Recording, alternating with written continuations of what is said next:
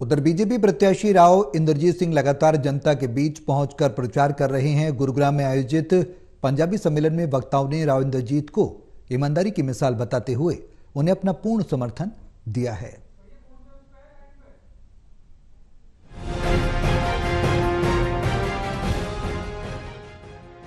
BJP के Gurugram seat से लोकसभा प्रत्याशी राव इंद्रजीत सिंह के समर्थन में गुरुग्राम का पंजाबी समाज खुलकर आ गया है। स्वामी धर्मदेव की अध्यक्षता में आयोजित पंजाबी सम्मेलन में वक्ताओं ने राव इंद्रजीत को ईमानदारी की मिसाल बताते हुए उन्हें अपना पूर्ण समर्थन देने की बात कही। सम्मेलन की अध्यक्षता कर रहे स्वामी धर्मदेव ने कहा, बीजेपी प्रत्याशी राव इंद्रजीत और उनके पूर्व अर्जुन ने हमेशा पंजाबी समाज को प्राथमिकता देते हुए सम्मान दिया। सम्मेलन में पंजाबी बिरादरी की अलग अलग संस्थाओं ने बीजेपी प्रत्याशी का समर्थन करते हुए तीसरी बार नरेंद्र मोदी को प्रधानमंत्री बनाने का संकल्प लिया। सम्मेलन को संबोधित करते हुए आध्यात्मिक गुरु स्वामी धर्मदेव ने कहा कि आज भारतवर्ष सनातन की ओर बढ़ रहा है। ऐसे में नरेंद्र मोदी को तीसरी बार प्रधानमंत्री बनाना हम सभी का कर्तव्य है। उन्होंने कहा कि यह धर्म और अधर्म की लड़ाई है। एक तरफ देश को राम मंदिर देने वाले, धारा 370 हटाने वाले, तलाक कानून का विरोध करने वाले हैं और सर्जिकल स्ट्राइक का कड़ा विरोध करने वाले हैं। प्रधानमंत्री नरेंद्र मोदी को तीसरी बार प्रधानमंत्री बनाने का मौका है। वहीं दूसरी ओर गुरुग्राम सीट से बीजेपी प्रत्याशी राव इंद्रजीत सिंह ईमानदार व इलाके के हक के लिए हमेशा उठती रही। उनकी आवाज, उनके द्वारा कराए गए विकास कार्य उन्हें समर्थन देने का मुख्य कारण बताए गए। विभिन्न बिरादरी जो मैं समझ नहीं पाया, मैं तो समझता था कि पंजाबी एक ही बिरादरी है। गोलराज जी कहते हैं कि 22 बिरादरी के सदस्य या 22 बिरादरी के प्रधान यहाँ पर आए हैं, तो हो सकता है कि कोई डेरा गाजी नानक का होगा, कोई हो सकता है मियां वाली का होगा, कोई कहीं का होगा। इस तौर के ऊपर शायद बिरादरी होगी।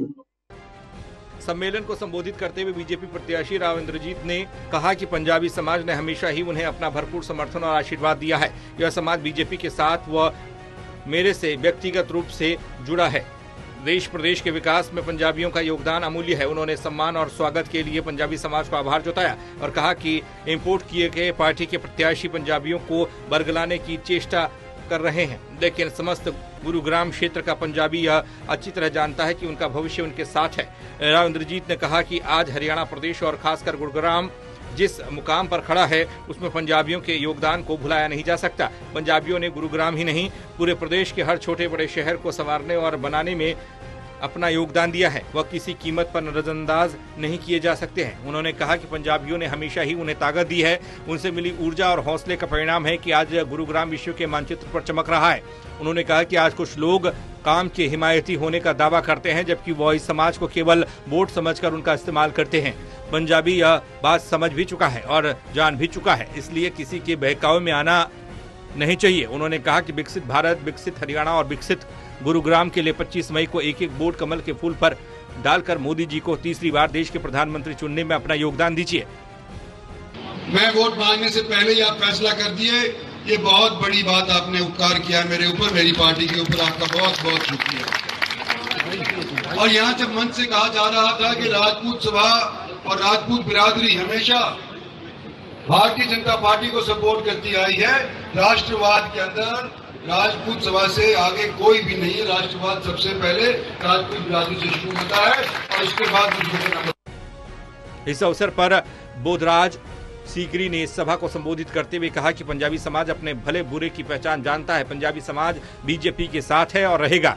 इस अवसर पर Giriraj Dhingra, Ramesh Chutani, Balkishan Khatri, Surender Khullar, RC Taneja, Dinesh Nagpal, Sanjeev Wills Garden, Pyare Lal प्रधान, ज्योत्सना बजाज, सौरभ सचदेवा, नरेश चावला, हरविंदर कोहली, सीमा पाहुजा, कपिल दुआ, यशपाल बत्रा, परमेश अरोड़ा, दीपक मैनी, के गांधी, बीडी पहुजा, रमेश कालरा, सीबी मनचंदा, नरेंद्र यादव सहित समाज के अन्य वरिष्ठ नेतागण मौजूद थे। Haryana desk, total news.